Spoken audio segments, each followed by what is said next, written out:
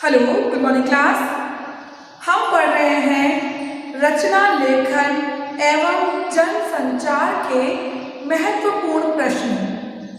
उन प्रश्नों की श्रृंखला में हमने पिछले क्लासेस में कुछ इम्पोर्टेंट क्वेश्चंस देखे। अब हम पढ़ते हैं उसके अगले क्रम में। समाचार लेखन की उल्टा पिरामिड शैली क्या है? पिरामिड, देखो पिरामिड होता है ऐसे, लेकिन समाचार लेखन के लिए इस प्रकार की शैली का प्रयोग किया जाता है, जिसमें सबसे महत्वपूर्ण, फिर कम महत्वपूर्ण और फिर और कम महत्वपूर्ण चीजें होती हैं। इसको 3 भागों में बांटा जाता है, तो इसे कहते हैं उल्टा पिरामिड शैली। समाचार लेखन के लिए ये महत्वपूर्ण होती है। समाचार लेखन की शैली उल्टा पिरामिड शैली कहलाती है। इसके अंतर्गत सबसे महत्वपूर्ण बात पहले लिखी जाती है, कम महत्वपूर्ण बाद में, तथा सबसे कम महत्व की बात अंत में लिखी जाती है। जैसा कि आप देख रहे हैं, ये हिस्सा बड़ा है, यानी सबसे महत्वपूर्ण बात पहले, फिर उससे कम महत्वपूर्ण और फिर सबसे कम। समाचार के 6 ककार कौन कौन से हैं? इंग्लिश में जिन्हें आप WH वर्ड कहते हैं, क्वेश्चन करने के लिए जो यूज किए जाते हैं, उसी प्रकार समाचार लेखन में 6 ककार महत्वपूर्ण होते हैं। वो है, समाचार लिखने में 6 ककारों का महत्व है। क्या, कब, कहाँ, कौन, कैसे, क्यों। ये 6 क से प्रारंभ होने वाले शब्द हैं, जिनका समाचार लेखन में महत्वपूर्ण स्थान होता है। यानी किसी भी समाचार में क्या हुआ, कब हुआ, कहाँ हुआ, कौन था या किसके साथ हुआ, कैसे हुआ, क्यों हुआ, इनके जवाब हमें मिलते हैं। समाचार लेखन के कितने अवयव या अंग होते हैं? समाचार लेखन के 3 अंग होते हैं, शीर्षक, मुखड़ा, निकाय। देखो, इसको इसमें भी समझ सकते हो आप, शीर्षक, मुखड़ा, निकाय। यानी सबसे पहले समाचार का हेडिंग होता है, फिर उसके बारे में महत्वपूर्ण सूचना दे दी जाती है और उसके बाद में डिटेल से उसके बारे में बताया जाता है और संक्षिप्त सार रूप बताकर खत्म कर दिया जाता है। इस मुखड़े में सारी बातें आ जाती है और मुखड़े को रिप्रेजेंट करता है शीर्षक। तो समाचार लेखन के 3 अवयव हैं, शीर्षक, मुखड़ा, निकाय। समाचार लेखन में मुखड़े में कौन सी सूचनाएं आती है? किसी भी समाचार के पहले अनुच्छेद या आरंभिक 2-3 पंक्तियों को उसका मुखड़ा या इंट्रो कहते हैं। इसके अंतर्गत सामान्यतया क्या, कब, कहाँ, कौन की सूचनाएं होती है। इसके संबंध में तथ्यात्मक, यानी जो मुखड़ा होता है, ये क्या, कब, कहाँ, कौन का प्रयोग करते हुए तथ्यात्मक जानकारी देता है। इसका संबंध सूचना से होता है, उसके विवरण से नहीं। यानी मुखड़ा का काम होता है सूचना देना, पूरा उसको डिटेल में डिस्क्राइब करना नहीं होता। समाचार में कैसे और क्या, कहाँ होता है? समाचार लेखन में कैसे का स्थान क्या, कब, कहाँ और कौन के बाद आता है। समाचार के मुखड़े में जहाँ समाचार का विस्तृत विवरण आता है, वहाँ कैसे को स्थान दिया जाता है। क्रम निर्धारण के पीछे मूल कारण है कि पाठकों की रुचि सबसे पहले घटना की तथ्यात्मक जानकारी में होती है, बाद में वह उसका विस्तृत विवरण जानना चाहता है और अंत में उसके कारणों पर मनन करता है। अब देखो ये जो क्वेश्चन पढ़ रहे हैं हम अगला, ये CBSE 2008-2009 में आ चुका और कितनी प्रकार से पूछा गया है? 4 प्रकार से पूछा गया है। समाचार पत्र की क्या विशेषता है, मुद्रित माध्यम की 2 विशेषताएं लिखिए, जनसंचार में मुद्रित माध्यमों का क्या स्थान है, प्रिंट माध्यम की किन्हीं 2 विशेषताओं को बताइए। देखो इसका आंसर है मुद्रित माध्यमों की निम्नलिखित विशेषताएं होती है।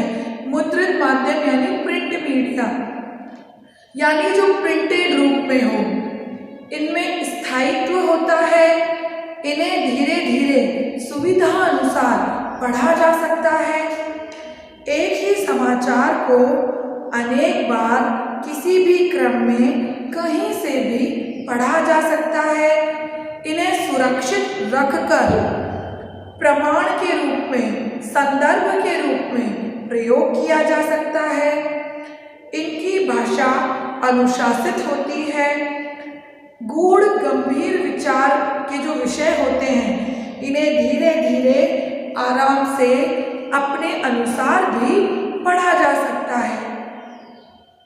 समाचार पत्र की क्या कमजोरी है? समाचार पत्र या मुद्रण माध्यम की सबसे बड़ी कमजोरी है कि यह निरक्षर लोगों के लिए अनुपयोगी है। समाचार पत्र में डेडलाइन क्या होती है? देखो डेडलाइन शब्द का मैं आपको अर्थ बताऊं। डेडलाइन यानी अंतिम सीमा। देखो किसी भी काम की डेडलाइन दे दी जाती है और वो उस निर्धारित अवधि में पूरा किया जाता है, तो समाचार पत्र में भी डेडलाइन होती है। समाचार पत्र में डेडलाइन क्या है? कोई भी समाचार पत्र जिस अवधि के बाद छपता है वह अवधि समाचार के लिए डेडलाइन होती है। उदाहरणतया समाचार पत्र हर 24 घंटे बाद छपते हैं, यानी हमें कल आज सुबह जैसे न्यूज़पेपर मिला, रात को उसकी प्रिंटिंग का काम हो गया, तो ये जो दिन और शाम के कुछ घंटे होते हैं ये इनकी डेडलाइन होती है। यानी पिछले 24 घंटे की खबरें आज के हमारे न्यूज़पेपर में होती है। अब आज दिन भर जो घटित हुआ या समाचार पत्र छपने के बाद भी यदि कुछ घटित हुआ तो वो अगले न्यूज़पेपर में उसको स्थान मिलेगा। पिछले 24 घंटों की खबरें ही समाचार पत्र में छपने योग्य होती है, उससे पहले की सूचनाएं बेकार हो जाती है। अखबारों के लिए 24 घंटे की अवधि डेडलाइन होती है। रेडियो के द्वारा प्रसारित समाचार किन माध्यमों से हम तक पहुंचते हैं? रेडियो के द्वारा जो समाचार होते हैं वो शब्द और आवाज यानी ध्वनि माध्यम के द्वारा हम तक पहुंचते हैं। रेडियो द्वारा प्रसारित समाचारों की तुलना मुद्रण माध्यमों से कीजिए, यानी रेडियो और समाचार पत्र की तुलना करनी है। इस प्रकार के क्वेश्चन आते हैं एग्जाम में कि टेलीविजन और रेडियो में 2 समानताएं बताइए, हानियां बताइए, इनकी तुलना कीजिए, कौन सा ज़्यादा लाभप्रद है। तो ये व्यवहारिक प्रश्न है, अपनी समझ के आधार पर आप इनके आंसर दे सकते हैं। मुद्रित समाचार की क्या विशेषता होती है?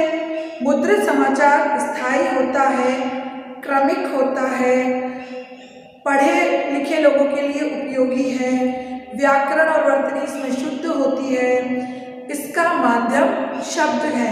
अब रेडियो की क्या विशेषताएं हैं? यह सुनने के साथ ही समाप्त हो जाता है। सुनने के बाद आपको जितना याद रहा, बाकी आपके पास वो संदर्भ के रूप में, प्रमाण के रूप में रखा नहीं होता। कि आप यदि किसी को दिखाना चाहें कि देखो, समाचार पत्र में आप हेडलाइन या न्यूज़ दिखा सकते हो, लेकिन समाचार तो सुनकर खत्म। रेडियो द्वारा सुने गए समाचार तत्काल ही विलीन हो जाएंगे।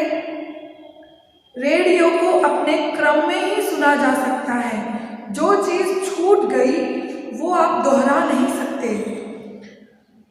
रेडियो सुनने से ही समझ में आता है। रेडियो में सुनने के लिए स्पष्टता आवश्यक है।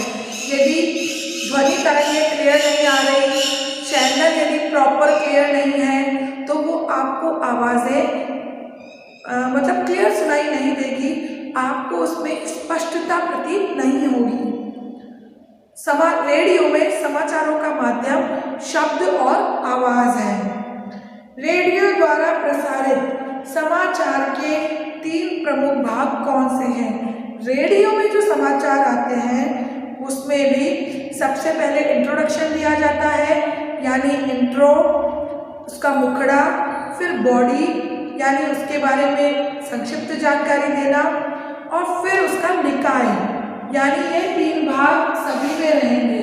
ये मुद्रित माध्यम में भी रहेंगे, तो ये रेडियो में भी रहेंगे। शीर्षक, मुखड़ा, निकाय। रेडियो समाचार में कॉपी की क्या विशेषता होती है? रेडियो में जो समाचार बोलते हैं उनके पास समाचार की प्रिंटेड कॉपी होती है। मतलब इस तरह वो लोग एक कॉपी निकलवा लेते हैं, फिर उसको देखकर उसका वाचन करते हैं, उसे पढ़ते हैं। रेडियो समाचार की कॉपी साफ सुथरी टाइप होनी चाहिए ताकि समाचार वाचक को उसे पढ़ते समय कोई कठिनाई ना हो। इसमें संक्षिप्त अक्षर, जैसे संक्षिप्त अक्षर होते हैं, जैसे पंडित लिखना है तो पंडित के लिए ऐसे लिख दिया, इसका प्रयोग नहीं होता। पूरा खोलकर शब्द लिखा जाता है। यदि अंक लिखे हों तो अंक भी शब्दों में लिखे हों, क्योंकि उस समय व्यक्ति इकाई, दहाई, सैकड़ा, हजार करने थोड़ी बैठेगा। उच्चारण की दृष्टि से कठिन शब्दों का प्रयोग नहीं होना चाहिए। मतलब इस प्रकार के शब्द होने चाहिए कि उनको पढ़ते समय रेडियो में जो समाचार वाचक है वो अटके नहीं। रेडियो नाटक क्या है? रेडियो पर प्रसारित होने वाले नाटक रेडियो नाटक कहलाते हैं। इनमें दृश्यों को ध्वनि के माध्यम से प्रभावी बनाया जाता है। रेडियो समाचार में भाषा की 2 विशेषताएं बताइए। रेडियो समाचार की भाषा शुद्ध होनी चाहिए, सरल होनी चाहिए। इसमें समाचारों का क्रम व्यवस्थित होना चाहिए ताकि एक क्रमबद्ध रूप में रेडियो पर जो समाचार वाचक है समाचार पढ़ सके। टेलीविज़न पर समाचारों के विभिन्न रूपों पर प्रकाश डालिए। ये आप सबने अनुभव किया है कि टेलीविज़न पर समाचार किस प्रकार प्रदर्शित किए जाते हैं। कुछ समाचार डिटेल होते हैं, विवरण रूप में। किसी एक समाचार को ले लेते हैं और उसका पूरा आधे घंटे तक विवरण देते हैं आपको, क्या हुआ, कैसे हुआ, उस पर बहस, समूह चर्चा सब चलती है। कुछ न्यूज़ लाइव नीचे हेडलाइंस के रूप में आती है, कुछ फ्लैश ब्रेकिंग न्यूज़ के रूप में आती है। तो समाचार पर देखो किस किस प्रकार से न्यूज़ आती है। फ्लैश या breaking news, dry anchor, phone in, anchor visual, anchor bite, live, anchor package. तो देखो ये क्वेश्चन आपके लिए बहुत इंपॉर्टेंट है। इस क्वेश्चन में बहुत सारे क्वेश्चंस बन रहे हैं कि टेलीविज़न पर समाचार किन किन रूपों में प्रकाशित होता है या प्रसारित होता है। तो आपको पता होना चाहिए इन सबके नाम, anchor visual, anchor bite, anchor package, live, phone in, etc। इसके बाद पूछ लिया जाता है एंकर विजुअल किसे कहते हैं, लाइव क्या है, फ्लैशबैक किसे कहते हैं, तो इन सब की डिटेल पढ़ेंगे हम नेक्स्ट क्लास में। तब तक के लिए धन्यवाद।